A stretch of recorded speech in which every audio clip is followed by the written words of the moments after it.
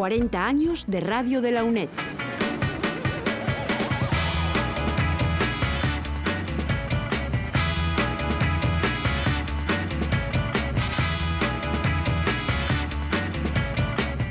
Estamos conmemorando este año los 40 años de Radio de la UNED, una radio pionera que a lo largo de su trayectoria ha intentado aunar la comunicación y la educación.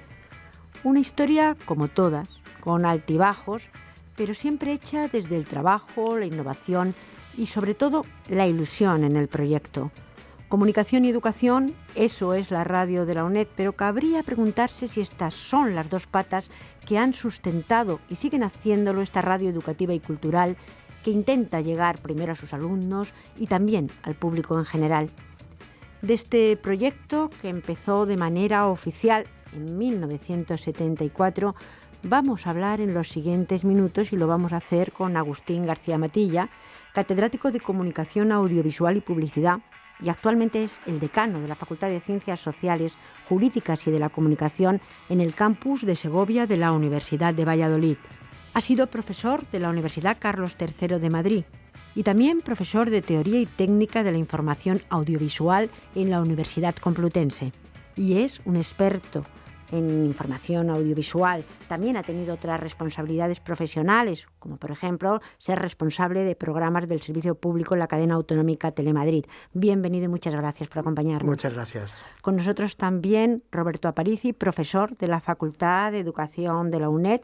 Dirige en la UNED el máster en redes sociales y aprendizaje digital, también el máster oficial Comunicación y Educación en la Red. Y es profesor de Comunicación y Educación en las carreras de Educación Social y Pedagogía. Bienvenido, profesor Aparici. Hola, ¿qué tal?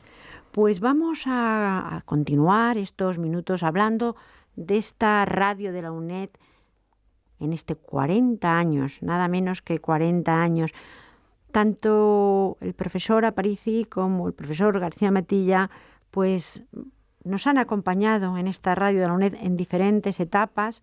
Nos siguen acompañando, en el caso del profesor Aparici, pero en cualquier caso han estado en momentos muy importantes, momentos de cambio, momentos de incertidumbre.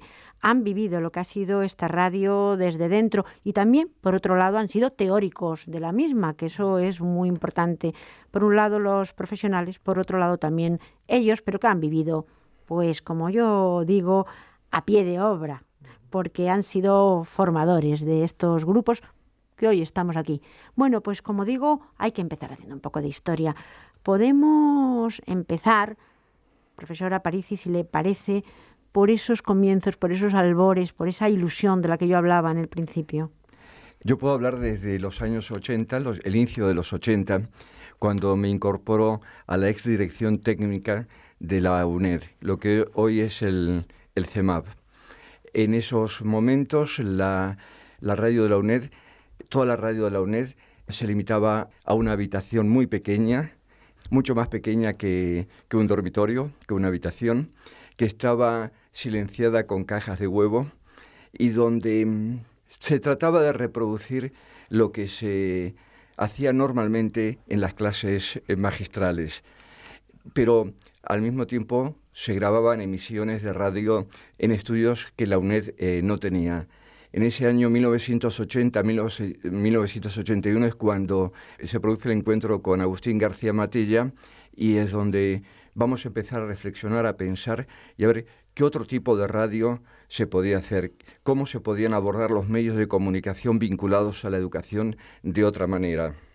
Es un camino que comienza, como hemos dicho, en el año 74, pues prácticamente de la mano de la UNED. Cuando se creó la radio de la UNED, pues también la Open University estaba empezando, también se fijaron un poco en lo que hacía, pero a la vez casi crecieron juntas. Han sido muchos los cambios, desde luego, como nos decía el profesor Aparici al principio, hasta se grababa fuera de lo que era la propia universidad, los medios eran difíciles, pero cuando llega Agustín García Matilla a la UNED, ¿qué es lo que encuentra y qué cambios cree que hay que realizar? Bueno, fíjate, cuando me dijisteis que me invitabais a venir a este programa de conmemoración, pues hice memoria, ¿no? Y lo que puedo recordar es año 82, en la última etapa ya del rector Tomás Ramón Fernández Rodríguez, que era un gran administrativista, y fue el que de alguna manera dio pie para que el director de aquella época, el director técnico, que era Francisco Montes, un profesional de Radio y Televisión Española que se había formado en la Escuela de Televisión, él decidió que iba a incorporar a jóvenes recién licenciados para impulsar esa radio, ¿no?, y el futuro de los medios de comunicación. En aquella época recuerdo que los que éramos contratados como jóvenes profesionales teníamos dobles funciones y triples funciones. Por ejemplo, poner etiquetas a los audiocasetes. Cuando hablamos de las actuales tecnologías y las redes, pues es curioso que el medio para difundir las emisiones radiofónicas de la UNED, pues uno de esos medios era el audiocasete, ¿no? Y con esos audiocasetes se cubrían las zonas de sombra, que por ejemplo yo recuerdo que en esa época pues la provincia de Cádiz y por ejemplo Asturias, por poner dos extremos de la península ibérica, pues no tenían suficiente cobertura de Radio Nacional y había que de alguna manera suplir eso, ¿no? Bueno, pues Francisco José Montes confió en incorporar a un grupo de jóvenes licenciados, gente que salíamos también del Instituto de Radio y Televisión, y en esa época fue cuando también se incorporó Roberto, que venía con una experiencia de lo que se estaba haciendo en América Latina y específicamente ese pionerismo de radios como Radio Sutatensa de Colombia, que habían sido pioneras en la incorporación de la radio como medio educativo. Lo que nos encontrábamos aquí era unos medios didácticos como las unidades didácticas, que desmotivaban al más pintado, porque eran como guías de teléfonos, que eran tomos gruesísimos y que realmente, como el perfil del alumno de la UNED era por lo general un alumno adulto, profesionalmente formado, y que además tenía muchas ganas de mejorar en su opción profesional, pues generalmente los alumnos de la UNED eran los que mejores resultados académicos tenían de toda la Universidad Española. Entonces es interesante ver esto porque cuando llegamos nos encontramos con que había muchos programas dramatizados, había emisiones de radio que para identificar las fuentes del derecho pues de alguna manera metían efectos de fuentes, y lo que queríamos era renovar ese panorama, ¿no? Había sido muy meritorio el trabajo de nuestros antecesores, pero era importante plantear que la radio de la UNED tenía que alejarse de lo que era la identificación con lecciones, que lo único que hacían era traducir clases convencionales a la transmisión radiofónica, ¿no? Eran clases, más que clases, eran lecciones magistrales, donde un profesor o una profesora durante media hora leía su clase, como ocurría normalmente por esas épocas en toda universidad española. No existía el diálogo, no existía la participación, así como en las clases no existía la dialogicidad, no existía la comunicación. En los programas de radio de la UNED eran tochos donde se leía una clase. Era un texto para ser leído, pero no para ser oído. Y desde lo que hicimos de la dirección técnica era investigar sobre el lenguaje radiofónico. Era educación más radiofonía, era educación más sonido. He empezado hablando de comunicación por un lado y también de educación, aunar esto, pero como nos decía Agustín García Matilla, hay algo que se encuentran ya desde el principio. Por un lado están los profesores, que están acostumbrados a hacer una determinada radio. Por otro lado, esos profesionales jóvenes que tienen una ilusión por hacer radio, entre comillas, de otra manera. Y por otro lado, un tercer elemento, que sería otra pata de la UNED, que es Radio Nacional, en sus distintas emisoras, porque hemos pasado por varias, de eso hablaremos también, y la recepción que tenían de esos programas y que han seguido teniendo, que también esa trayectoria la podemos ir comentando, pero en un principio aunar todo eso, que los profesores fueran cambiando su chip, ya les costaría en un principio simplemente hacer radio, porque vendrían de universidades tradicionales. Aunar todo eso fue bastante complicado. Sí, yo creo que lo interesante es que planteamos que esa nueva radio se tenía que hacer desde la reflexión, ¿no? Entonces había profesores muy motivados que querían hacer una radio distinta, que no se conformaban con el busto parlante o con adaptar la clase, sino que también entraban a esas ideas, a esas iniciativas de plantear, por ejemplo, un formato de revista, de plantear jugar siempre con la actualización de sus contenidos y siempre, como tú comentabas, Isabel, pues nos encontrábamos también con que Radio Nacional no siempre comprendía que estábamos en un proceso de transformación y que pensaba que las audiencias de Radio Nacional se rebajaban por el hecho de que entraran nuestras emisiones, ¿no? Y en ese sentido fue un reto apasionante porque, por una parte, contamos con los mejores profesores, ahí en la siguiente etapa ya con Elisa Pérez Vera como rectora, pues Elisa confió mucho también en nosotros y nos facilitó el que, por ejemplo, yo como director técnico tuviera que estar explicando a los propios profesores, grandes catedráticos. Yo recuerdo en esa época personas como Fuentes Quintana, Nieto Alcaide, personas como Rosa María Martínez Segarra, que fue una de las personas más volcadas, otras personas que venían de una época pionera, como Begoña Baeza también, como Pedro Ramón Moliner, desgraciadamente desaparecido, o Jesús Viñuales, o Bernardo de Quirós, eran profesores que estaban por la labor de subirse a ese nuevo carro de una radio más viva y que contradijera esa opinión de Radio Nacional de que nuestras emisiones lo que hacían era rebajar la audiencia. Y ya te digo, lo hicimos con la base de la formación, de la reflexión y produciendo programas piloto que apuntaban a esos nuevos formatos originales, innovadores en la radio. Creo que el gran cambio se produce en un estilo no solamente radiofónico, sino que hay un cambio de estilo en el poder. Un cambio de estilo en cómo se va a nombrar a un director técnico. Mientras que hasta ese momento se nombraba directamente desde el rectorado, durante la gestión de la rectora Elisa Pérez Vera, la elección del director técnico se hizo entre los propios profesionales que constituíamos la dirección técnica. Era una elección entre los propios profesionales. Eso daba un espíritu democrático y de alguna manera creo que eso está presente en el estilo radiofónico y en el estilo de trabajo que se genera durante la gestión de Agustín. O sea, hay una forma de construir el poder y la comunicación que está presente en el lugar de trabajo y está presente también en la forma de producir. O sea, cambian los estilos, cambian las reglas del juego y de alguna manera la impronta, el gran salto que se da es el estilo comunicativo que había en el lugar de trabajo, en la forma de producir el trabajo, se expande en la forma de producir la radio. Se piensa lo que se va a hacer, se piensa la comunicación, se piensa el sonido, y eso da lugar a una etapa para mí gloriosa de la dirección técnica, que es un espacio donde, un tiempo donde por primera vez se va a investigar en esta universidad quiénes son nuestros oyentes, cuántos nos oyen, qué perfiles tienen los oyentes, además de los alumnos de la UNED, qué otros oyentes teníamos. Entonces, esta nueva gestión da lugar a un estilo, por un lado, radiofónico, pero un estilo también comunicativo y una relación con la sociedad a través de las investigaciones que se realizan. Esa relación con la sociedad, esa relación además que hay que recordar que la UNED está implantada ya en España, pero también tiene centros asociados en el mundo. Por lo tanto, tanto la UNED como nuestra propia radio tiene que ir dirigida a todos. Es una sociedad muy amplia y muy plural.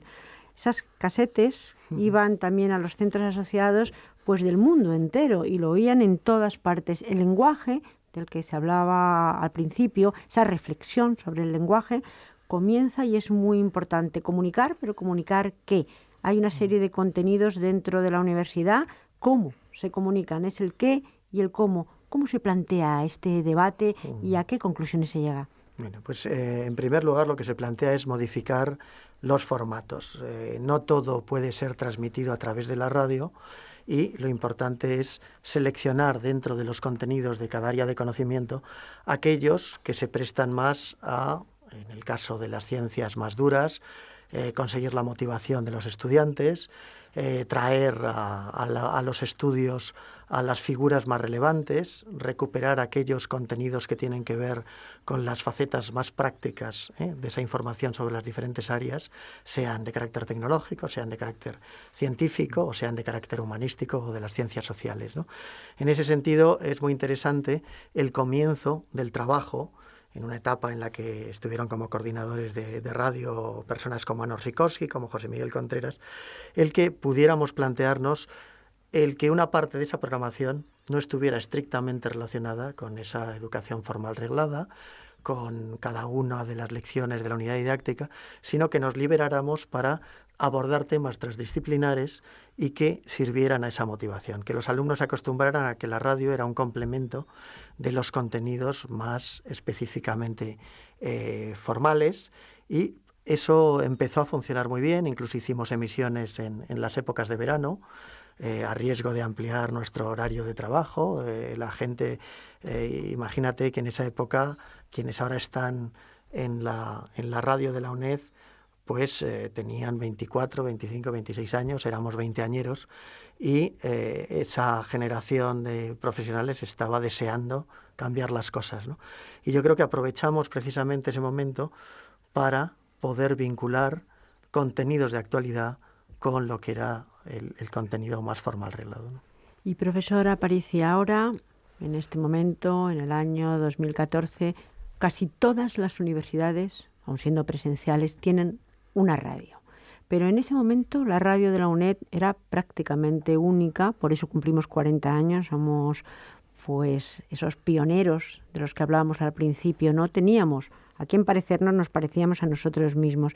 En esto que decía el profesor García Matilla, de ese cambio de formato, de ese cambio de lenguaje, ¿cree que de alguna manera pues marcamos un camino, marcamos una senda también para todas esas radios universitarias que ahora hacen radio, que son muchísimas, y que de alguna manera han tenido que fijarse, pues igual que hablábamos nosotros de la Open University, pues en nosotros?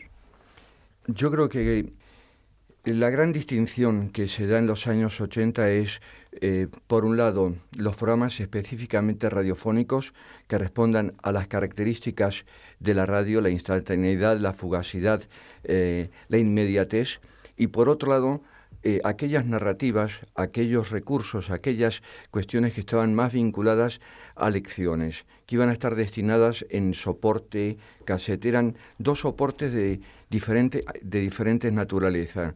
Por un lado, la radio daba la dimensión, digamos, inmediata, y el cassette daba otro tipo de dimensiones. Este salto cualitativo a entender la radio de diferentes maneras, de alguna manera ha estado presente en la construcción de lo que se debía y de lo que no se debía hacer en radio para aquellas emisoras que se crearon después de nosotros. Les dimos la pista, en muchos casos, de lo que no se debía hacer, y en algunos casos de lo que podíamos, cómo se podía construir otra estética de la radio educativa. Porque aquí se trata no solamente de una cuestión de lenguajes, sino cómo la comunicación sonora está vinculada a una estética y a un proyecto de carácter pedagógico. El gran salto que se provoca en los 80 es un salto desde la perspectiva pedagógica, desde la perspectiva comunicativa, y a reivindicar el lenguaje de la radio. Y creo que eso, de alguna manera, está presente, para bien y para mal, en todas las emisoras que se han creado después de nosotros. La radio servicio público, ese maridaje que hemos tenido a través del tiempo también con Radio Nacional de España, ese maridaje que a veces parecía que podía acabar en un divorcio, pero que llega hasta nuestros días, con altibajos, pero hasta nuestros días. Servicio público importante porque estamos en una universidad pública, para colmo una universidad estatal, y también trabajando y colaborando con esta radio pública. Yo creo que sí. Desde el primer momento nos planteamos que una radio como la de la UNED tenía que servir también a las instituciones y a los ciudadanos, ¿no? Antes, cuando hablaba Roberto, recordaba que nosotros planteamos en su momento el anticipo de lo que iba a ser la estrategia multimedia, ¿no? Una tesis de Roberto Aparici, que se leyó en el 1989, recogía toda una teorización sobre el documento integrado, que lo que planteaba era cómo integrar medios impresos con audiocassette, medios sonoros, con el vídeo, la imagen en movimiento, y nosotros experimentamos en proyectos que hicimos, por ejemplo, con el Ministerio de Sanidad. La primera campaña grande que se hizo sobre donación y trasplante de órganos en España, cuando ya éramos en esa época el primer país donante, pero había que convencer a la población en general de romper con los tópicos, de si el cuerpo moría y el alma todavía estaba viva y por lo tanto la gente era reacia a donar, conseguimos que con un proyecto de la UNED, que llegó a todos los centros sanitarios de España, se pasó en salas cinematográficas, fue dirigido por uno de nuestros integrantes, como era Manolo Valdivia. Eso fue un primer paso al que siguieron muchos pasos más, es decir, de utilizar los recursos de la UNED para hacer una divulgación de carácter social. El proyecto estrella que realizamos en esa época fue el curso de lectura de imagen y medios audiovisuales, que por primera vez hablaba de esa integración de medios y quería servir como ejemplo al profesorado de la UNED para poder trabajar en esa estrategia multimedia. A partir de ahí planteamos que es posible hacer multimedia. Imaginaros ahora cuando el multimedia es el aprovechamiento de las redes, el aprovechamiento de todo lo que es Internet, de lo que son nuevas pantallas.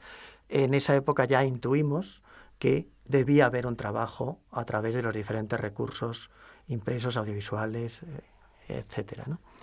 Yo quisiera dar un salto en estos últimos minutos para llegar prácticamente a hoy, a este año 2014, en el que quizá los contenidos no tengan que variar tanto, ustedes me lo dirán, pero desde luego lo que se ha cambiado es el continente, muchísimos continentes. El decano de la Facultad de Ciencias Sociales, Jurídicas y de la Comunicación, Agustín García Matilla, me decía hace unos minutos que pues sus alumnos verdaderamente lo que utilizan es el móvil, prácticamente no ven la televisión. Hablo del aparato de televisión o no oyen la radio, hablo del aparato de la radio. Eso no significa que no utilicen contenidos. Esto es una revolución también para la radio de la UNED, pero para todo lo que sea sonido. Me gustaría dedicar unos minutos para esa reflexión. Claro, luego ampliará el profesor Roberto Aparici, que ha tenido el talante de poder seguir trabajando después de estos años heroicos en vanguardia de los másters y los posgrados, pero yo podría adelantar que, por ejemplo, en las clases presenciales siempre preguntamos a los alumnos de comunicación cuál es su dieta mediática, ¿no? Y esa transformación en los últimos años ha sido aceleradísima. Ayer mismo preguntaba a los alumnos de primero de publicidad qué recursos utilizaban y entonces todos ellos utilizan sin excepción WhatsApp y todos ellos tenían smartphone, ¿no? En ese sentido, en estos momentos, en la enseñanza presencial, hay que experimentar también cómo se utilizan esos medios en la clase. Y, lógicamente, en la enseñanza a distancia, todos esos medios están a disposición del alumno. Creo que hay que pensar en las otras formas de hacer la radio. Creo que en estos momentos sería necesaria una reflexión dentro de la propia universidad sobre de qué otras maneras se construye esta estética y esta ética radiofónica educativa. Así como en los años 80 realizamos varios seminarios sobre las posibilidades sonoras de la radio y del cassette, habría que plantearse de qué manera hacemos radio en esta segunda década del siglo XXI. Seguimos atados a modelos que tienen que ver con la comunicación analógica y estamos en un entorno cada vez más digital. Este planteamiento o esta nueva perspectiva que propongo se debería dar para la radio también debería darse para todas las disciplinas. Es una universidad que, siendo a distancia, sigue atada a planteamientos analógicos cuando el escenario de la comunicación es totalmente diferente al que nos enfrentamos Agustín y yo hace 30 y tantos años. Me gustaría que por lo menos nos adelantara un poco esta receta que podemos ir asumiendo. La radio, ya hablo ahora de la radio de la UNED, pues ha evolucionado mucho. Estamos hablando en estos minutos de cómo ha ido cambiando de este salto que se realizó en los años 80. Después ha habido también otros de estas relaciones, pues también con Radio Nacional, a veces relaciones imposibles, pero esta manera nueva de hacer radio, despegándose de lo analógico, ¿cómo sería? Por un lado es un formato, un multiformato, así como la investigación y los trabajos que hacíamos en los años 80, inicios de los 90, era una indagación del multimedia en el lenguaje de la comunicación y de la educación.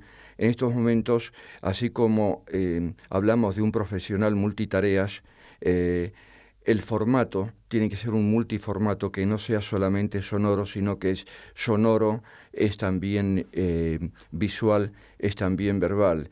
Es decir, cuando hablamos de convergencia de lenguajes y de medios, deberíamos ponerlo en marcha. Y ese es un desafío inmediato. Si no se hace, la universidad quedará atada, aunque se use el soporte digital, se pasen luego en el espacio digital, sigue siendo una atadura de tipo analógica, como observamos ahora mismo con los periódicos, que son aparentemente digitales, pero son periódicos digitalizados, y donde no está llevado hasta sus últimas consecuencias el lenguaje y las características digitales.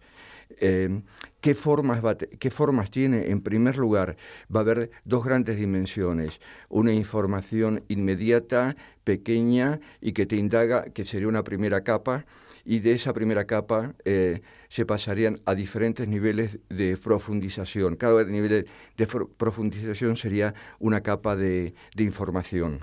Como profesional de la radio, pues también se me ocurre preguntar, esto requiere formación, pero también requiere reflexión, como decíamos al principio, sí. Y reflexión de todos. Sí, hace unos días hemos celebrado en Segovia unas jornadas que son de 3D Wire, y en esas jornadas se ha visto un poco la integración, la convergencia de medios para hacer que el que antes era oyente o el que antes era espectador de la televisión convencional tiene que pasar a ver la utilidad de los medios y a vivir los contenidos, ¿no?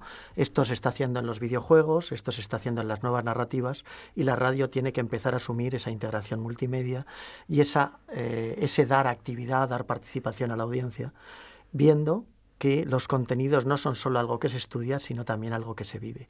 Yo creo que la UNED sigue teniendo un papel fundamental, creo que el futuro es de la enseñanza a distancia y concretamente de una institución como esta que tiene tantos años de experiencia y de profesionales como vosotros que lleváis trabajando tanto tiempo aquí. Yo creo que eso, además, junto a lo que dice Agustín, hay que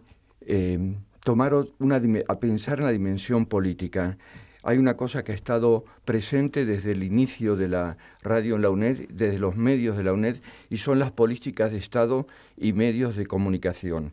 Las políticas de Estado han descuidado el tema educativo vinculado a la radio como a la televisión.